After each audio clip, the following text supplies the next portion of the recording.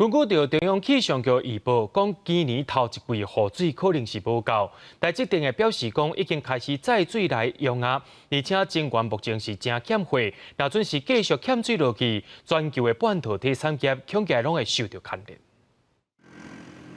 载水车店新的科学园区出入，因为全台湾水情严峻，园区内底部分厂商已经启动水车载水，避免欠水影响到生产。 确保产能正常稳定。因为新竹没什么下雨啊，然后我们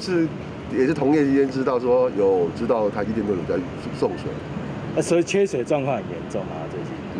看起来好像蛮严重的。园区现在节水量可以达到11%到12%左右，基本上这个节水率是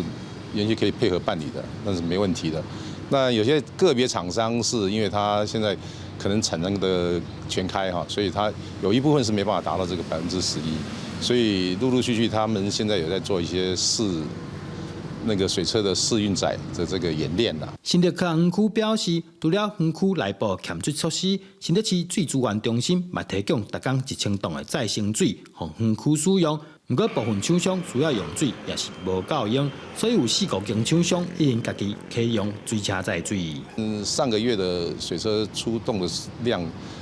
一天大概有400吨的那个取水量了啊，大概有20个车次。水库继续欠水，提供园区用水的玻璃水库，有效吞水量创下水库启用以来上低的纪录。若是阁无落雨，厂商备水的预算甲数量恐惊就要继续增加。记者刘君和新竹报道。